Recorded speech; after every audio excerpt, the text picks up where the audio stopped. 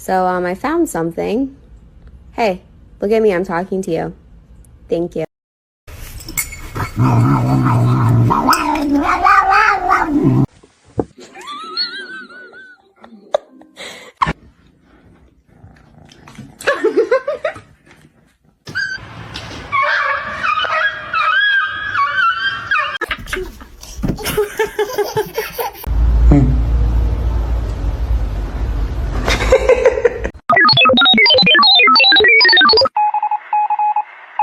Gary!